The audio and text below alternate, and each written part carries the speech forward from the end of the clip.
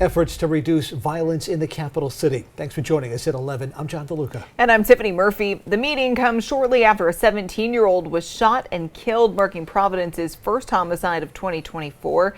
ABC 6 News reporter Josh Kerman was at this meeting today. He joins us this evening in the studio to bring us more. Josh.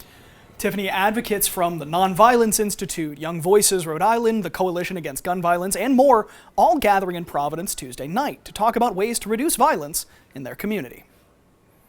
When mentoring takes place, good relationships form, and youth deter from being involved in violence.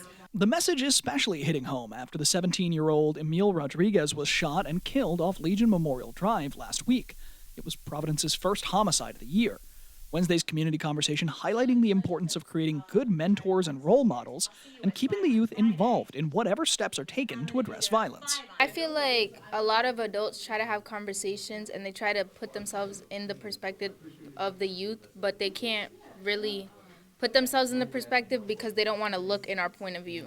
They only want to look in their point of view as an adult's point of view, and they want to, youth has opinions, but if they're not heard, then nothing's going to happen. Staff say the resources to affect change and reduce community violence are out there, but it can be hard to get everything together. The truism that we've been working with is that none of us can do it alone, but we can do a lot together. Part of that comes from community meetings, but it also requires putting policy in place.